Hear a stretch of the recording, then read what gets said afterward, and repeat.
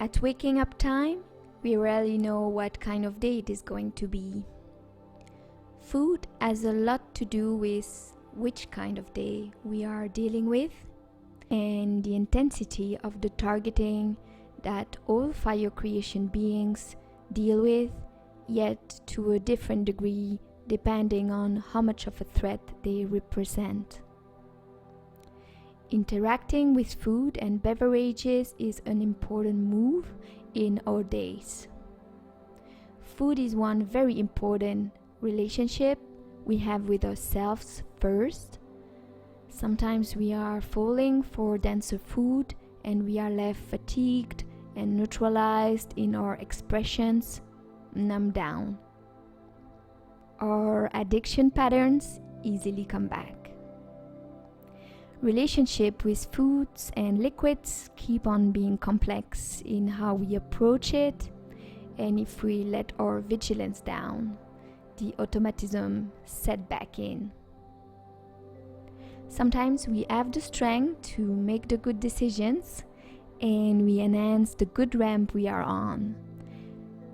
Sometimes we don't, and that is how we cope with trauma sometimes. I know it very well.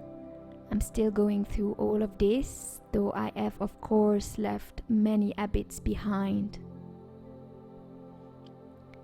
Food is often used as a reward or to stimulate, to numb, to socialize, to distract, or to take a pause. Our relationship with substances is complex and a very good mirror about how we are doing today.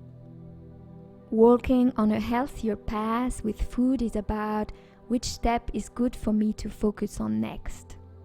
Not addressing the mountain, but addressing one thing that I can work on today. Like waiting 1 or 2 hours after waking up before ingesting anything, and the same before nighttime. This brings back a bit of structure. There are many things we can do for ourselves, and they are taking many forms. Preparing decoctions for enemas, preparing some raw food, enjoying the textures and the savors, walking barefoot, taking a pause in the garden, going to look if the strawberries are ready soon, hydrating with freshly squeezed juices, and you don't always need a juice extractor. You can do it manually with the tangerines, the oranges, and the lemons. That's how I've been doing for months. Blending your fruits for ice cream, adding some herbal healing powder to it. Integrating a fruit breakfast, adding a bit of coconut sugar or agave syrup and coconut flakes when you need comfort, if it's that kind of day. Preparing homemade sauces instead of falling for the addiction to the ones from the store. They are highly addictive due to the oil in them. Learning from what does work and what does not work for you. Learning about your genetic weaknesses. Paying attention to cause and effects.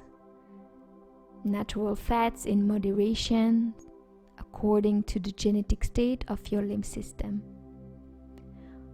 Avoiding lymph blocking items, investing in a spiralizer, filling your kitchen with many different healthy options, one step after the other. Steaming some of your veggies for grounding, learning to let go of natural salts. I'm a big fan of lemon pepper. Dehydrating some of your food, reactivating nuts. You need space to do this. Growing some food, just reach for the progress, not for the mountain. It's not easy to do it all at once. It starts with a percentage. Enjoying the beauty of a plate, indulging in some new treats, playing with spices, juggling with innovative forms, journeying, exploring, collecting wild edible plants. You can cheat with some pineapple pasteurized juice. This is my kind of treat. You might not feel like you have the space for it all, but you probably have space for one or two things that you can integrate, and that's where it's good to be focusing on the next step. Rolls of nori sheets, the old sandwich revisited, learning from mistakes, knowing it's a game here, and that as you move on, you become more sensitive. The old cheats are no longer possible, and the body doesn't tolerate the old manners. Food addiction does impact us greatly. It is the number one addiction everyone is working on or not working on overcoming. Probably even before romance, relationship, and family programming, though they are all intertwined. All of us have also to move our lymph, keep in movement. It starts with maybe 2 walks a month to build up to moving a bit every day or every second day. It is a journey, and we will never have it all perfect, but it's rewarding to trace the progress.